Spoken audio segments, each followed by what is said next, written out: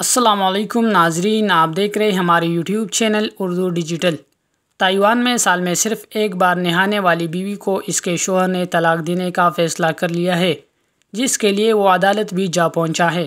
Taiwan کے media کے مطابق ایک شخص اپنی بیوی کو صحت و صفائی کے عادات کے خلاف چلنے پر عدالت میں طلاق کی ایک اپیل دائر کی ہے، جس میں انہوں نے کہا کہ اس کی بیوی کبھی کبھار دانت صاف کرتی ہے، بال بھی ہفتے میں ایک دفعہ سنوارتی ہے اور ایک سال میں صرف ایک مرتبہ نہاتی ہے۔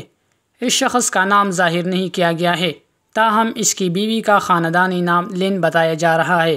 اس کے شوہر نے کہا ہے کہ شادی سے پہلے جب وہ ملتے تھے تب بھی اس کی منگیتر ہفتے میں ایک دفعہ نہاتی تھی، جبکہ شادی کے بعد ابتدا میں وہ مہینوں بعد نہانے لگی، اور اب حال یہ ہے کہ وہ سال میں ایک مرتبہ بھی مشکل سے غسل کرتی ہے۔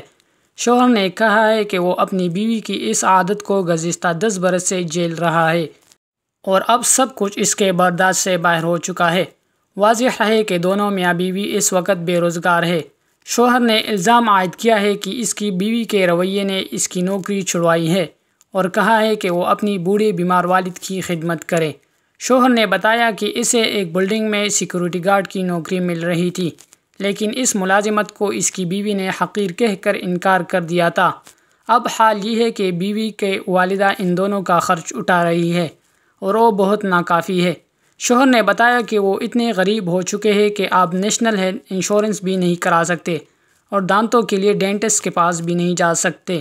دوسری جانب خاتون نے طلاق کی مخالفت کرتے ہوئے کہا ہے کہ اس کا خاوند جھوٹ بول رہا ہے اور بیوی ہونے کے باوجود وہ اس کے ساتھ بچوں کی طرح برتاؤ کرتا ہے اور باہر فون بھی نہیں کرنے دیتا، جبکہ وہ اپنی والدہ سے رقم لینے کی شدید مخالف ہے۔